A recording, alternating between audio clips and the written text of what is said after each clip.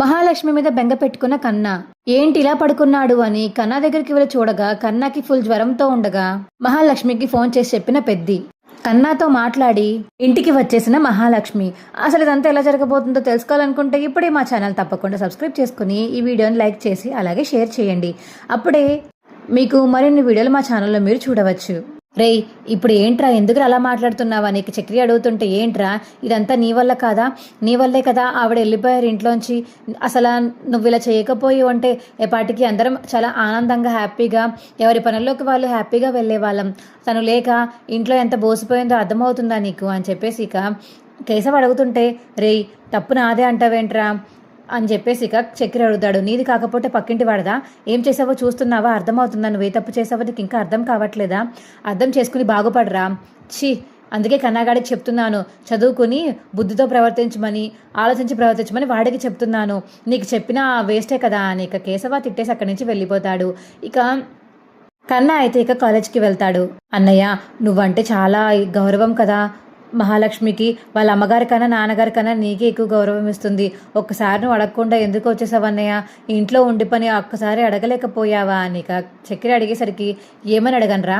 బుద్ధుండి అడగనా, బుద్ధి లేకుండా అడగమంటావా? నువ్వే చెప్పు. నా కళ్ళ ముందే నువ్వు తనని ఏదో చేద్దామని తన రూమ్లోకి వెళ్ళావు, కానీ తను ఎలాగో తప్పించుకుని తలుపులు తీసింది కాబట్టి సరిపోయింది. ఆ రోజు నేను తన ముందు తను చూసిన చూపుకి అసలు నేను ఏమైపోయానో నాకే తెలియదు తెలుసా? తను ఎంతలా నన్ను కాపాడలేదే పెద్ది అన్నట్టు తన కళ్ళలో నాకు కనిపించింది. మళ్ళీ తీసుకొచ్చాక నువ్వు ఇలా చేయవని గ్యారంటీ ఏముందిరా?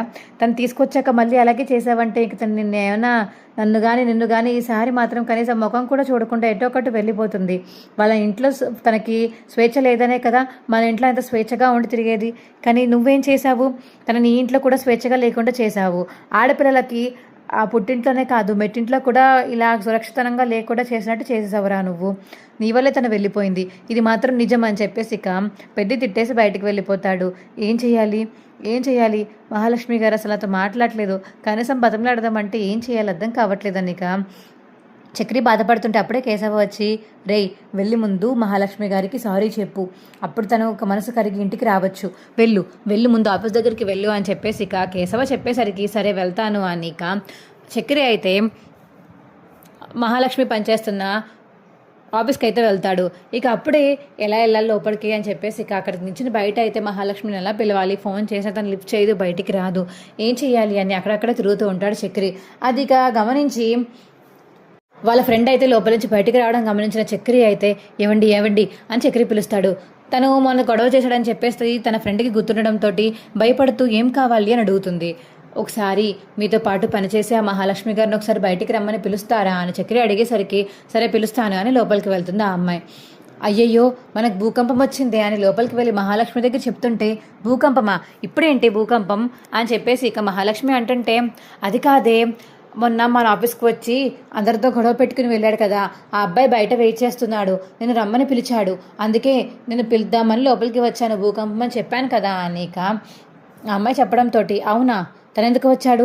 సరే నేను చూసుకుంటాను, భూకంపం కాదు ఏమీ రాదు, నేను బయటికి వెళ్తున్నాను కదా, అలాంటిది ఏం జరగదు అని చెప్పేసి ఇక మహాలక్ష్మి అయితే బయటికి వెళ్తుంది. ఎందుకు వచ్చావు, అసలు ఎందుకు వచ్చారు అని మహాలక్ష్మి అడిగేసరికి, ఏవండి తప్పు నాదేనండి, నేనే తప్పు చేశాను, కానీ చెప్తున్నాను కదండి, నేను కావాలని చేయలేదు, తాగిన మత్తులో అలా అయిపోయింది, నన్ను క్షమించండి ప్లీజ్ అండి అని చెప్పేసి ఇక చక్రి అడుగుతుంటే, ఏంటి సారీ చెప్పేస్తే నువ్వు చేసినవన్నీ మర్చిపోతాను అనుకుంటున్నావా? ఆ రోజు ఎంతలా భయపడ్డానో నాకే తెలుసు చక్రి గారు. మీరు అసలు నాతో ఇలా మాట్లాడడానికి కూడా నేను ఒప్పుకోను, అసలు మీ ముఖం కూడా నాకు చూడబొద్దు వేయట్లేదు, ప్లీజ్ దయచేసి ఇక్కడి నుంచి వెళ్ళిపోండి అని చెప్పి మహాలక్ష్మి అంటుంటే, అది కాదు మహాలక్ష్మి గారు ప్లీజ్ అండి అని చక్రి అడుగుతాడు. అసలు ఇంకొకసారి కానీ మీరు ఆఫీస్ దగ్గరికి వచ్చారంటే మిమ్మల్ని చుట్టుపక్కల కూడా కనిపించకుండా ఇక్కడ దగ్గర కూడా రానివ్వకుండా వాచ్మ్యాన్స్కి ఆ వార్నింగ్ ఇచ్చి మీ ఫోటో ఇస్తాను, అర్థమవుతుందా? ప్లీజ్ ఇక్కడి నుంచి వెళ్ళిపోండి అని మహాలక్ష్మి అంటుంది. అది కాదండి, మీరు లేక ఇల్లు చాలా బోసిపోయింది, ఇంట్లో ఎవరు నాతో మాట్లాడలేదు, మా అన్నయ్య నన్ను తిడుతున్నాడు, కన్నగాడైతే మొత్తానికి అసలు నా ముఖం కూడా చూడట్లేదు. కేశవ నన్ను అసహించుకుంటున్నాడు. మా నాన్న మాట్లాడట్లేదు. ప్లీజ్ అండి, మీరు లేక ఇల్లంతా చాలా బోసిపోయింది. నన్ను కూడా మా వాళ్ళు చాలా దారుణంగా చూస్తున్నారు. తప్పంతా నేనే చేశాను. నేను కాదనడం లేదు, కానీ ఒక్కసారి ప్లీజ్ అండి, ఇంకెప్పుడు ఇలా జరిగిన అసలు చెయ్యను, ఇలా జరగనివ్వను. కావాలంటే నేను నారాయణ దగ్గర పడుకుంటాను, బయట పడుకుంటాను, ఇంట్లోకి కూడా రాను. మీరు మా ఇంటికి వస్తే చాలండి అనేక చక్రి అయితే చాలా బతిమలాడుతూ అడుగుతాడు మహాలక్ష్మిని. ఏం అవసరం లేదు, నువ్వేం రానక్కర్లేదు, నేనేమీ చూడక్కర్లేదు, వదిలే, వెళ్ళిపో ఇక్కడి నుంచి అని ఇక మహాలక్ష్మి చెప్పడంతో చక్రికి ఇంకేం చేయాలో తెలియక అక్కడి నుంచి అయితే వెళ్ళిపోతాడు. అప్పుడే ఇక మహాలక్ష్మి లోపలికి వెళ్ళిపోతుంది, చక్రి ఇంటికి వెళ్ళిపోతాడు. రే, ఏమైందిరా, సక్సెస్ అయిందా, ఏమంది అని చెప్పేసి ఇక కేశవ అడుగుతుంటే, లేదురా, అస్సలు మాట్లాడకుండా వెళ్ళిపోయింది లోపలికి, అసలు మొహం కూడా చూడని చెప్పింది, నా మొహం కూడా చూసి మాట్లాడలేదురా, ఇంక దాంతో ఏం మాట్లాడతాను నువ్వే చెప్పు అని ఇక కేశవాకి చెప్తాడు చక్రి. సర్లే, ఒక్కసారి కింద డల్ అయిపోతే ఇలాగా, ఇవాళ నైట్ మళ్ళీ వెళ్ళు, బెలూన్స్ మీద సారీ రాసో ఏదో ఒకటి చెప్పి తనని క్షమించమని అడిగిరా అని చెప్పేసి కేశవ చెప్పడంతో, సరేరా, ఇవాళ నైట్స్ బెలూన్స్ కొనుక్కుని వెళ్ళి సారీ చెప్పి రాస్తాను, చూస్తాను తను ఏమన్నా నాకు క్షమించి వచ్చేస్తుందేమో అని ఇక చక్రితో మాట్లాడతాడు. ఇక కేశవ ఎదురు మాట్లాడుకుంటారు. ఇక మహాలక్ష్మి లోపలికి వెళ్ళిపోయాక, ఏమైందే, ఎవరి తను, ఎందుకని మళ్ళీ వచ్చాడు? ఏం లేదులే, మా ఫ్యామిలీలో కొన్ని ఇష్యూస్ ఉన్నాయి, దాని గురించి సార్ట్అవుట్ చేసుకుందామని వచ్చాడు, మాట్లాడేసి పంపేశానులే, నువ్వేం కంగారు పడుకోవాలని అవసరం లేదు, అర్థమవుతుందా అని మహాలక్ష్మి తన ఫ్రెండ్కి చెప్పడంతో పోన్లే అని ఇక వర్క్ చేసుకుంటారు. ఇక వరిపోయాక ఇక హాస్టల్కి అయితే వెళ్ళిపోతారు. హాస్టల్లో ఇక తన ఫ్రెండ్స్తో రూమ్లో కూర్చొని మాట్లాడుతూ ఉంటుంది. ఇక మహాలక్ష్మి అయితే బయట నుంచి బెలూన్స్ అయితే తన కిటికీ దగ్గర నుంచి అలా కనబడడంతో, ఇదేంటి సారీ అని బెలూన్ వచ్చింది, ఎవరు, నీ బాయ్ ఫ్రెండ్ ఏమన్నా నిన్ను తిట్టాడా, సారీ అని వచ్చింది ఏంటి అని మహాలక్ష్మి అడుగుతుంటే, లేదే, నా బాయ్ ఫ్రెండ్ అంత రొమాంటిక్ ఏం కాదు, కానీ ఎవరో చూద్దాం ఉండు అని ఇక కిటికీ నుంచి చూసేసరికి అది చక్రి అవుతాడు. చక్రియా, తినేందుకు వచ్చాడు అని మనసులో అనుకుంటుంది మహాలక్ష్మి. వస్తాయి, నీకోసమే వచ్చినట్టున్నాడే, తను చూడు నిన్నే చూస్తున్నాడు, వెళ్ళి కిందకి వెళ్ళి మాట్లాడు, ఇంత రొమాంటిక్గా ఉండడం అబ్బాయిని ఎక్కడా చూడలేదు అని ఇక వాళ్ళ ఫ్రెండ్స్ చెప్తుంటే, సర్లే ఆపండి వస్తాను అని కిందకైతే వెళ్ళిపోయి మహాలక్ష్మి ఇక తిడుతూ ఉంటుంది చక్రిని. అసలు మీకు బుద్ధి ఉందా, చిన్నపిల్లల్లాగా ఈ బుడగలేంటి, ఆ బుడగలు పేల్చడం ఏంటి, చిరాగ్గా ఏంటిది, సారీ చెప్పడానికి ఇలా చేస్తారా మీరు, అయినా ఇక్కడికి రావాల్సిన అవసరం మీకు లేదు కదా, పొద్దున్నే నేను ఆఫీస్ దగ్గర చెప్పాను నన్ను కలవద్దని, మళ్ళీ హాస్టల్ దగ్గరికి వచ్చారు, ఏమనుకుంటున్నారండి అసలు మీరు, నన్ను ప్రశాంతంగా ఉండనివ్వద్దనుకుంటున్నారా ఏంటి, ఇంట్లో ఉన్నప్పుడు ప్రశాంతంగా ఉండనివ్వలేదు, కనీసం ఇక్కడికి వచ్చాక అయినా ప్రశాంతంగా ఉందామనుకుంటే ఉండనివ్వరేంటి, నన్ను ఉండనివ్వరా అని చెప్పేసి ఇక మహాలక్ష్మి గట్టిగా అడిగేసరికి, అది కాదండి, మీకు కోపం తీరలేదు కదా, పొద్దున క్షమాపణ అడిగినప్పుడు, ఇప్పుడు ఇంకోసారి అడుగుదాం వేరే విధంగా అని వచ్చాను, మీకు ఇంకా కోపం పెరిగితే నాకు క్షమించండి, వెళ్ళిపోతాను అనేక చక్రి అయితే అక్కడి నుంచి వెళ్ళిపోతాడు. ఇంకో పక్క మహాలక్ష్మి కోపం వచ్చి లోపలికి వెళ్ళిపోతుంది. ఇక కన్నా అయితే ఒక మూలను అలా పడుకుని ఉంటాడు, వణుకుతూ ఉంటాడు దుప్పటి కప్పుకొని. ఏమైంది వీడికి ఇలా వణుకుతున్నాడు అని చూసి పెద్ద అయితే తల మీద చేయి వేయడంతో ఒళ్ళు అయితే వేడివేడిగా కాలిపోతూ ఉంటుంది. రే, ఏమైందిరా, ఎందుకురా సడన్గా ఎంత జ్వరం వచ్చింది, ఏమైంది, ఏం తిన్నాం, ఏమీ తినలేదు అన్నయ్య, నాకు వదిన మీద బెంగ పెట్టుకున్నాను అన్నయ్య, వదినని చూడాలని ఉంది, వదినని మాట్లాడాలని ఉంది, అసలు తట్టుకోలేకపోతున్నాను అన్నయ్య అని ఇక కన్నా అనేసరికి, సరే ఉండు అని ఇక లోపలికి వెళ్ళి ఇక క్లాత్తో కాపడం పెడతాడు నెత్తి మీద. ఇక పెద్ద అయితే ఇదంతా చూసి ఇక బాధ వేసి పెద్ద అయితే మహాలక్ష్మికి ఫోన్ చేస్తాడు.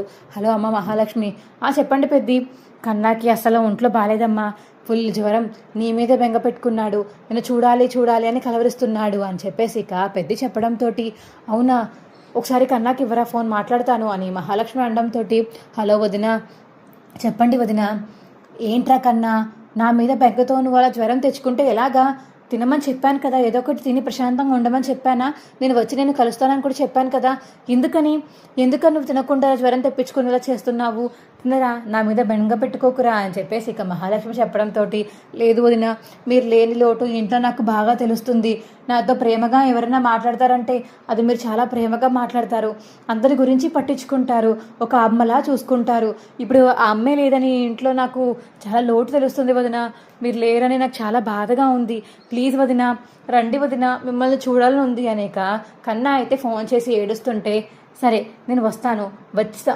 నువ్వు బాధపడుకో సరేనా, నేను రెడీ అయ్యి వస్తాను, రేపు పొద్దున కల్లా వచ్చేస్తాను, నువ్వు ఫోన్ చేసి టాబ్లెట్స్ వేసుకో అని ఇక మహాలక్ష్మి ఫోన్ కట్ చేస్తుంది. అన్నయ్య వదిన వస్తుందంట, రేపు వస్తానని చెప్పింది అనిక కన్నా చెప్పడంతో అవునా సరే తన కోసం నేను మంచి మంచి వంటలు రేపు ప్రిపేర్ చేస్తాను. హాస్టల్లో ఫుడ్ పాపం తిని ఎలా ఉందో ఏంటో 2 రోజుల నుంచి, ఇక్కడికి వస్తే బాగా తింటుందిలే అని ఇంకా అనుకుని అందరూ పడుకుంటారు. తర్వాత రోజు మార్నింగ్ అయితే ఇక మహాలక్ష్మి రెడీ అయ్యి ఇక కన్నా కోసం అయితే వస్తుంది పెద్ద వాళ్ళ ఇంటికి. అది చూసి కేశవ మరియు చక్రి అయితే చాలా ఆనందపడతారు. ఏంటి ఇలా వచ్చేసిందా ఏంటి అని ఇక ఆశగా చూస్తూ చక్రి అయితే మాట్లాడకుండా అలా ఆశగా ఇక మహాలక్ష్మి వంక అలా చూస్తూ ఉంటాడు. కన్నా ఎందుకురా జ్వరం నీకు? నేను ఎక్కడికి వెళ్ళిపోయాను? వెళ్ళి 2 రోజులు కూడా కాలేదు, ఇంతలా బెంగ పెట్టుకున్నావా? అంటే అది కాదు వదినా, మళ్ళీ వస్తారు అని తెలిస్తే బెంగ పెట్టుకోవాల్సిన అవసరం లేదు. కానీ మీరు కోపంతో ఇల్లు వదిలి బ్యాగ్స్ సర్దుకుని మరీ వెళ్ళిపోయారు కదా, మీరు ఇక రారని మీ మీద చాలా బెంగ పెట్టేసుకున్నాను. ఏం చేయాలో అర్థం కాలేదు వదినా, అలా బెంగతోటి జ్వరం వచ్చేసింది. నన్ను క్షమించండి వదినా. నీకు కన్నా అంటుంటే రే క్షమాపణ ఏంట్రా క్షమాపణ? తప్పు చేసింది నువ్వు కాదు కదా, నువ్వు క్షమాపణ చెప్పడానికి తప్పు చేసింది వేరే ఉన్నారులే.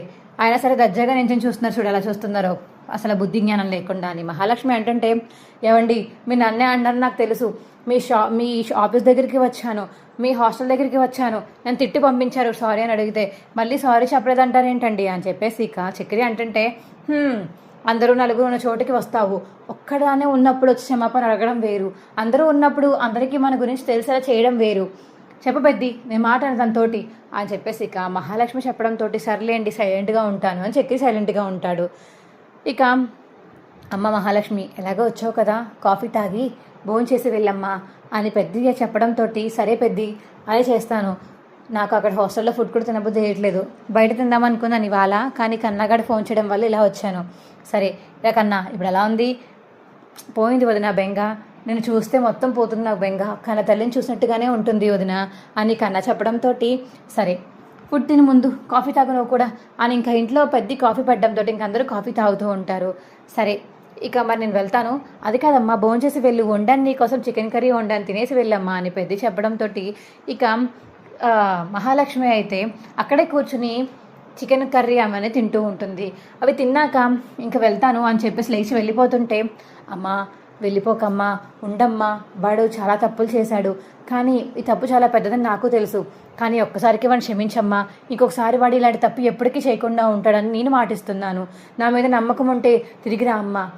కన్నగాడికి జ్వరం వచ్చింది కానీ మా ఎవరికి జ్వరం రాలేదు, కానీ మాకు అంతే బాధగా ఉంది, ప్లీజ్ అమ్మా వచ్చే అని ఇక పెద్ద అడగడంతో సరే పెద్ది మీరు కూడా నాతో వస్తారా, లగేజ్ తెచ్చేసుకుందాం అని మహాలక్ష్మి చెప్పడంతో అవునా నిజంగా అంటున్నావా? అవును పెద్ది ఇంట్లో ఎవరికి చెప్పకు, పద మధ్యాహ్నం వెళ్దాము అని ఇక పెద్దని తీసుకుని మహాలక్ష్మి అయితే హాస్టల్కి వెళ్ళి బ్యాగ్స్ సర్దుకుని ఇక రిటర్న్ అయితే వచ్చేస్తుంది ఆటోలో. అది చూసి ఇక నారాయణ అయితే చాలా ఆనందపడతాడు. వదిన వచ్చేసావా అని చెప్పేసి ఇక చాలా హ్యాపీగా ఫీల్ అవుతాడు. కన్నా కూడా, కేశవ కూడా చాలా హ్యాపీగా ఫీల్ అవుతాడు. అవును మీ అందరూ హాల్లోనే కనిపిస్తున్నారు, వేడి చక్రి ఎక్కడున్నాడు అని మహాలక్ష్మి అడిగేసరికి, చక్రి అన్నయ్య లోపల ఉన్నాడు, మీరుండే రూమ్లోనే ఉన్నాడు. ఏంటి నా రూమ్లో వెళ్ళి ఏం చేస్తున్నాడు అసలు వాడు అని చెప్పి ఇక మహాలక్ష్మి అడుగుతుంటే, ఏమో వదిన వెళ్ళిపోయిన కాడి నుంచి ఇయర్ ఫోన్స్ పెట్టుకుని సాడ్ సాంగ్స్ వింటున్నాడేమో, ఆ రూమ్లోనే ఉన్నాడు, అస్సలు బయటికి రావట్లేదు, చాలా బాధపడిపోతున్నాడు వదిన అని కన్నా చెప్పడంతో అవునా ఆ బాధ ఏంటో నేను చూస్తాను అని ఇక తన రూమ్లోకి అయితే తలుపులు తీసి వెళ్తుంది మహాలక్ష్మి. వెళ్ళేటప్పటికి ఇక చక్కెర అయితే మంచం మీద ఇయర్ ఫోన్స్ పెట్టుకుని పాటలు వింటూ ఉంటాడు. కళ్ళు తెరిచి చూసేసరికి అక్కడ మహాలక్ష్మిని చూసి, ఇదేంటిది తినొచ్చిందేంటి, ఇది కళా నిజమా అని అలా చూస్తూ ఉండిపోతాడు చక్రి అయితే. హలో ఇది నా రూమ్లో నువ్వేం చేస్తున్నావు, లేచి బయటికి వెళ్ళు అని మహాలక్ష్మి చెప్పేసరికి, అయ్యో అది కాదు అయినా మీరు ఎలా వచ్చారో మీరు రారు కదా అని ఇక ఆలోచిస్తూ ఉంటాడు కూర్చొని చక్రి అయితే. రే అన్నయ్య వదిన వచ్చేసింది, నువ్వు మంచం మీద నుంచి, ఫస్ట్ ఆఫ్ ఆల్ వదిన ఇంట్లో ఉండడానికి లగేజ్ పట్టుకుని వచ్చేసింది, ఎందుకని నువ్వు మళ్ళీ అలా అడుగుతున్నావు, వదిన వెళ్ళిపోవాలని నువ్వు కోరుకుంటున్నావా అని ఇక కన్నా అడిగేసరికి, ఏంటి మీ వదిన వచ్చేసిందా అని కలుతురిగా అలా పడిపోతాడు ఇక చక్రి అయితే. అన్నయ్య ఓ రక్షణ చేసింది చాలు లెగు అని కన్నా చెప్పడంతో, నిజంగానే వచ్చేసారా మీరు? అవును, ఉత్తిగా రావడాలు వెళ్ళడాలు కూడా ఉంటాయా, వెళ్ళిపోమంటే చెప్పండి వెళ్ళిపోతాను అని మహాలక్ష్మి అంటుంటే, వద్దు ఉండండి మీరు ఇక్కడ ఉండడమే నాకు కావాలి, అందుకే హాస్టల్ దగ్గరికి అలా ఆఫీస్ దగ్గరికి వచ్చి మిమ్మల్ని చాలా కష్టపడి అడిగానండి, మీరు ఇలా రావడం నాకు చాలా సంతోషంగా ఉంది అని చెప్పి ఇక చక్కెర చెప్పడంతో, సరే మీరు రూమ్ నుంచి బయటికి వెళ్తే నేను హ్యాపీగా రూమ్లో సెటిల్ అవుతాను, నా లగేజ్ మొత్తం సర్దుకుంటాను, అర్థమవుతుందా అని ఇక మహాలక్ష్మి చెప్పేసరికి, సరే బయటికి వెళ్ళిపోతాను అని బయటికి వచ్చేస్తాడు ఇక చక్రి అయితే. అన్నయ్య ఎలా చెప్పి ఒప్పించావు అన్నయ్య, ఎలా వచ్చింది అన్నయ్య అసలు ఎలా తీసుకొచ్చారా చెప్పండి అన్నయ్య నీక చక్రి అడుగుతుంటే కన్నాగాడి కోసమే వచ్చేసిందిరా. కన్నా బెంగ పెట్టుకుంటున్నాడని వాడి కోసం ఆలోచించి నేను కూడా అడగడంతో నీ వల్ల ఇంకెప్పుడు ఇలాంటి ప్రమాదం తనకి రాదని నేను మాట ఇచ్చాను. నువ్వు మళ్ళీ ఇలాంటివి ఏమైనా చేస్తే తను ఇంక జన్మకి మన వంక కూడా చూడదు. తను 2 రోజుల్లో మనసు మార్చుకుని మన ఇంటికి వచ్చేసిందంటే నువ్వు తల చాలా జాగ్రత్తగా చూసుకోవాలి. ఇంకొకసారి ఇలాంటి తప్పు ఎప్పుడు చేయకు, అర్థమవుతుందా? తను బయటికి వెళ్ళిపోయినప్పుడు మనం ఎంత బాధపడ్డామో తను కూడా అంతే బాధపడి ఉంటుంది. ఇంకోసారి ఇలా చేయకు అని ఇక చక్రికి అయితే పెద్ది చెప్పడంతో సరే అన్నయ్య అని ఇక పెద్దికి చెప్తాడు చక్రి. మా వీడియో మీకు ఎలా అనిపించిందో కింద కామెంట్ సెక్షన్లో తెలియచేయండి. మా వీడియో కనుక నచ్చితే మా వీడియోని లైక్ చేసి తప్పకుండా మా ఛానల్ సబ్స్క్రైబ్ చేసుకుని పక్కనే ఉన్న గంట సింబల్ మీద క్లిక్ చేసి నోటిఫికేషన్స్ ఆల్లో పెట్టుకోండి. అప్పుడు ఏమేమి చేసే వీడియోలు మీకు రోజు వస్తుంటాయి. ఈ వీడియోని చివరి వరకు చూసినందుకు చాలా చాలా ధన్యవాదములు. Bye friends.